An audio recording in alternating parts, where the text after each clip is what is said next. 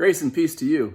I want to talk about the Enneagram this morning, which is something that you may have heard of, or maybe it's completely new to you, but it's something that's been incredibly life-giving for my own life, both spiritually and personally. And we also have a workshop coming up for it on this Sunday, a free workshop to explore what the Enneagram is and learn about how it can be helpful in our lives. And that'll be at Sedgefield Presbyterian Church that we're co-sponsoring with them. The Enneagram is essentially a spiritual tool that works kind of like a personality typing system. And so there are 9 distinct personality types that it uses. And each of those is a way that different people experience the world, different kind of core narratives that drive people, different foundational needs that are important to different people. And before you think, well, I know more than 9 different kinds of people, how can there only be 9 types? I like to think of this in the same way that there aren't just 9 colors, right? That we might say red, orange, yellow, green, blue, yada, yada. But we all know there's actually a million different kinds of red, right? There's a million different kinds of blue. And the same is true here, that I might be one of the 9 numbers.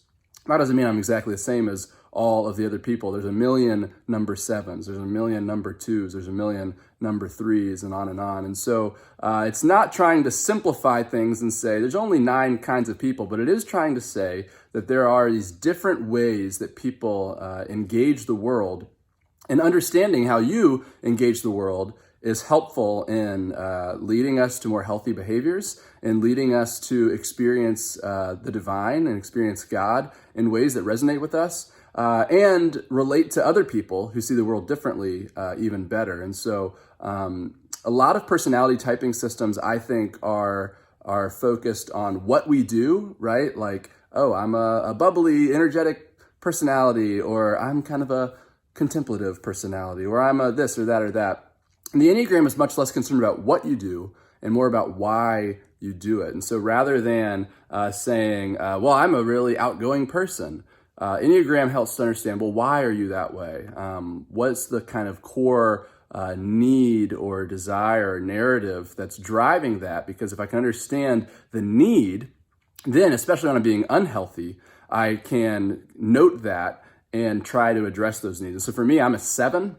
And the main need for a 7 is avoiding pain. And so what that's meant for me is I always, my whole life, have had kind of bouts of avoiding things, right? Of projects I didn't really want to do and I put off, or conversations that I knew would be difficult. And so I just put it out of mind, or things that I'm supposed to be taking care of and completely forget about because I've gotten so good at just blocking it from my mind so I can completely avoid it altogether.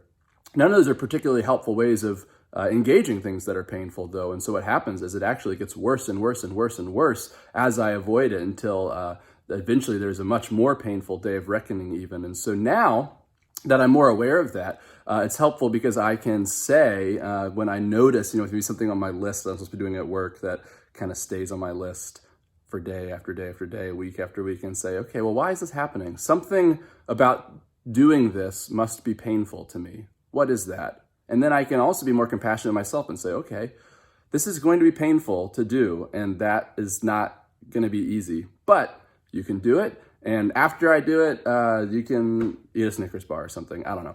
But my point is to say that understanding these things about myself has really made a huge difference in how I kind of embrace both my strengths and my weaknesses, and work harder at living in healthy ways. And so all 9 types have things like this, and there's a lot of helpfulness in understanding how we experience the divine and how we experience one another. And so it's really an incredible tool, and well worth 2 hours of your Sunday afternoon to come and check it out. If you want to figure out what your number is beforehand or just for fun, I'll put some links in this video. But if you Google it, you can also find it's Enneagram, and there's all sorts of free or paid tests online that you can use to help. Feel free to talk to me anytime. I'm kind of a nut for this stuff sometimes, so I'd love to just talk about it casually with you, or like I said, this Sunday from 3 to 5 at Sedgefield Presbyterian Church, we'll have a workshop, and that'll be a great time to explore it a little more deeply. So hopefully you can come then, and we can learn about the Enneagram together. Until then, remember that you are loved, and God's peace be with you.